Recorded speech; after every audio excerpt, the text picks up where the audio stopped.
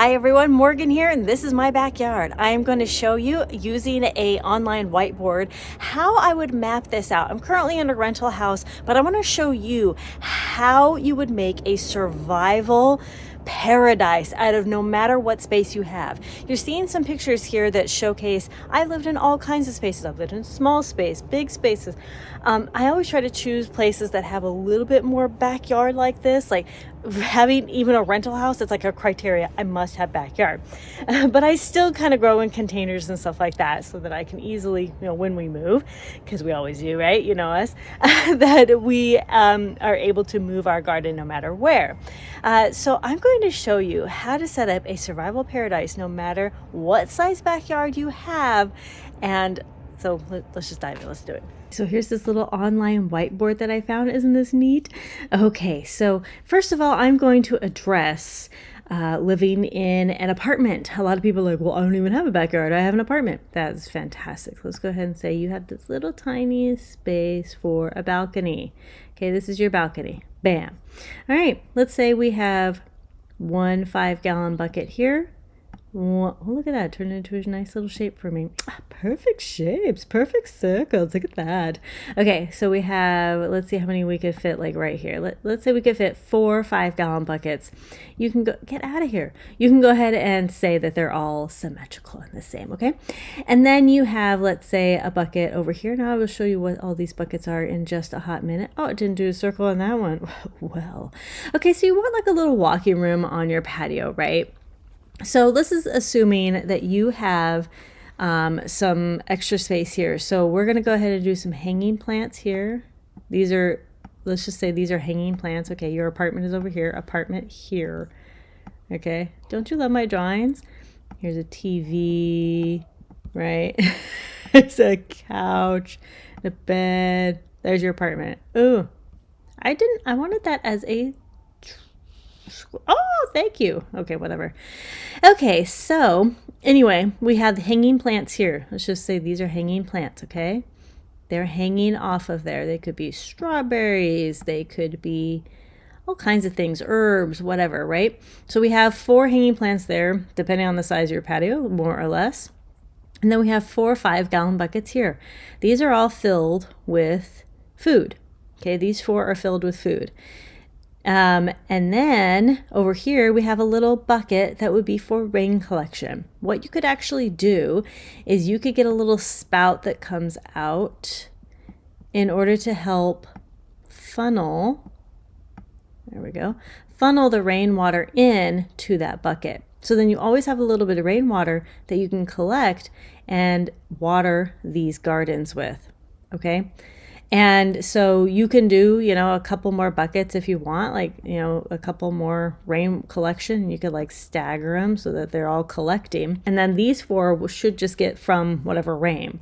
And I want you to collect rain no matter what. Okay, so then on the inside of your house here, your apartment, let's say it is this big, right? You probably have some wall space. I want you to grow vertically. Let's say this whole wall space over here is now dedicated to growing vertically.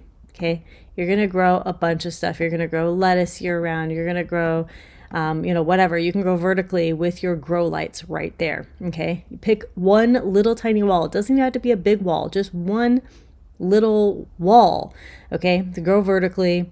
It could be hydroponics. It could be dirt, whatever you want. Hydroponics is really good for indoors, but do whatever you want. Okay, and then you could have a couple more, like over here, like say on your countertop. You could have a little hydroponic countertop, okay? That's more food that you're growing. And then you could also have, let's see, you're storing food and water still in your apartment. So you have this little survival oasis here, okay? This is not impossible. It's not improbable. No matter what kind of deck size you have, obviously adjust this to you and your needs. All right, so now I'm going to go erase this. Okay, let's just say this is our backyard, okay? You can scale this however you need, however is your backyard. This is how I would make any backyard, okay? Now, if you're in a rental, you can do a bunch of buckets, okay? I've done all kind of buckets. Or if you're in an actual house, you can do raised beds. So right now, let's go ahead and do container gardening, and just imagine that this could be raised beds if you have that kind of space, or if it's your home that you own or whatever. Okay, so these are containers. I actually have grown in the those black bin containers, which work amazingly well. You can imagine that these would also be, 5-gallon buckets or whatever you need them to be. Okay, I would literally just annihilate, just fill up my backyard with containers. In order for this to be a survival paradise, I want us to keep in mind that, we want to be as self-sufficient as possible, but the house is over here, okay? In my house, I'm also going to have hydroponic, right? I'm going to be growing indoors. Basically I'm going to line this side with fruit trees, fruits, berries, perennials. Let's just say that. Okay, so this whole side is going to be fruits, berries, perennials. All right, here is going to be the chicky coop. Let's see if I can draw a chicken. Okay, you guys are going to laugh. Here's my chicky. Is this a chicken or a duck? I don't know. Here's the tail feathers for the chickens. Okay. Beak, eye. There's my chicken. Oh, okay, whatever. Is it a chicken or a duck? Whatever. I got a bunch of those. Just, duplicate those. Bunch of chickens. Okay. I would also have wherever is handy, but maybe just like next to it, I would have some quails. And they're little tiny quails. I'm going to do this. Boop, boop. They got a little butt with some feathers. And the head with the eyes. There, the beak. Okay, just imagine those are quails. I love quails. Quails and chickens are amazing for a backyard. So have some quails, have some chickens. Okay, so we got our perennials over here. We have our garden over here. Hello, wasted space here. Really fill it up. Okay, I got walking room there. It's good enough. And then rain barrels. So I'd probably have a few that are connected together. Now, the thing with this is generally most people will want rain barrels like on the side of their house. So like you may want a rain barrel here so that it's coming down off the sides of your house. Now, if your house is down here, you could have, here, let's do this. Let's get rid of these rain barrels. And you could do the rain barrels off the side of your house there and then daisy chain them together. So you have one system coming down from your spout, and then that is going into all three, okay, or four, or however many you want. But you can daisy chain them together. You can also put, like, your chicken coop should have some sort of roof, so you could put a rain barrel here and have the rain barrel being collected from water from the roof of the chicken coop. Okay, so we could have rain barrels literally everywhere. Okay, and this doesn't have to be like the side of your house that's exposed to the outside. This could be inside of your fence in the backyard still. So it just kind of depends on how your house is laid out. But yeah, generally, like if your house is here and it ends here into the backyard, you would have some sort of roof here in which you could collect. Of course, you can get rid of a couple of these and expand out. But this rainwater could potentially, depending on how many you have, whether they're, the 55-gallon or the 275 or whatever they are, how big they are, then you could potentially go ahead and get your irrigation for all of your perennials here straight off of this, and irrigation for these as well. I've done irrigation in containers, and it's a little more challenging just because you got to go up and stuff, but it's possible. I've done it. It's, again, it's a little more challenging, but all of these are going to be up. So it's all gravity fed, right? It's all gravity fed. You can use a pump to pump the irrigation and all that. And if this has a roof, you could also put a tiny little water collection there too. And then the inside, you have some hydroponics as well. I would do, if you have any sort of empty wall, just fill that empty wall with hydroponics, right? And you can also grow all sorts of things with grow lights indoors. I do it all the time, but hydroponics is really good indoors. If you want to go really nuts, you could do, like if you live in the south, an area that really doesn't freeze very much, what you could do is you could have a little fish ponics. I can't remember exactly what it's called. I'll put it on the screen here once I actually find out. But you could do fishies in here. Okay, fish. Yep. You could do fish so that you have, oh my gosh, what did I do? What did I do? Why did I do that? How did I do a fish? Like that, what is happening? I did this first fish fine, and then I went all crazy. Go like this. Okay.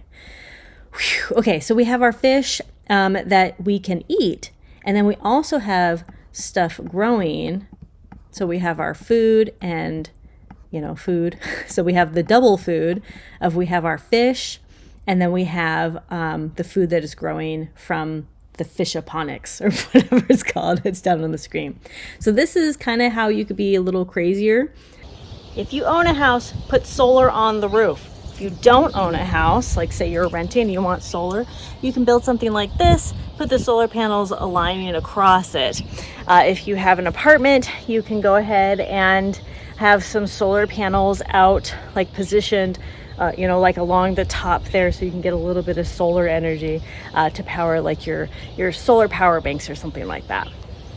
You generally don't want to use precious ground space for solar if you don't have to, but if you do, you would build something like this and then just lay your solar panels against it. But really, the roof is the best place for solar.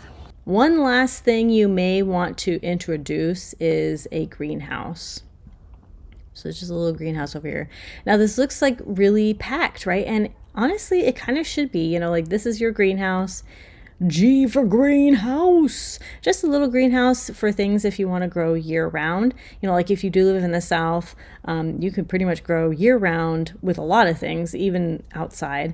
Like here, where I am right now in the South, you can grow pretty much year round. Like I could just cover these containers and they would be fine in frost. And the greenhouse I can heat with a little buddy heater if I wanted to. I've done that in the South. This is a buddy heater. Okay, just use your imagination. Okay, so this is a little buddy heater that I would have in the greenhouse for really, really cold nights, for the freezing nights or days. It comes to a compost bin. So there's a few ways you could do it. You could make, like a little compost bin back here, where you can do like a little composting bin, kind of like right here. Or you can do other various composting methods. Chickens can give good compost. You can take that, right?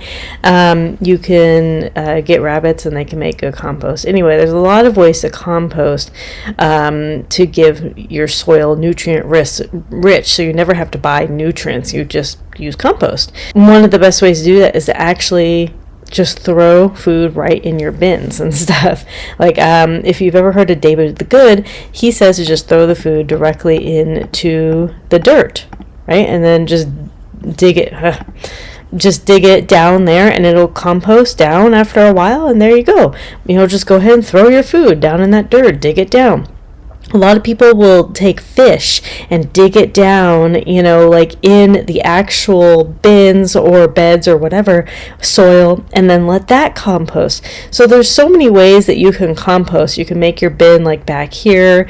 You can compost the chicken stuff. Let that sit for 6 months to a year, something like that. You can compost, your kitchen scraps. You can compost directly into the soil. So several different ways of doing that. So yeah, this is just an idea. Lots of stuff going on here. You can adapt this to your backyard no matter where you are. There are perennials for all types of zones. There are food for all types of zones. And if you live in a colder area, you might have more hydroponics inside, right? Like you might have more wall space dedicated to hydroponics. You could have tower hydroponics, little tower hydroponics. You could have, one wall dedicated to hydroponics. You could have the countertop hydroponics, right? There's all kinds of ways to grow food indoors and out. But here is my ideas. And I hope you liked my little scribbles. No matter what space you have, of course, use this as a sort of idea to do something in your backyard. If you can only have like a little tiny space for quails, then do that. If you can only have like 1 or 2 rain barrel, do that. If you can only have like, a few, perennials, then just have a few. If you can only have like half this, then only have half. These are just my ideas to make it, a survival oasis no matter where you live. If you can only have a tiny little greenhouse, then have a greenhouse. Greenhouses are effective for lots of different reasons. So, make it work for you and your situation. Thank you all so much for watching. Conquer Number Today. I'll talk to you later. Bye.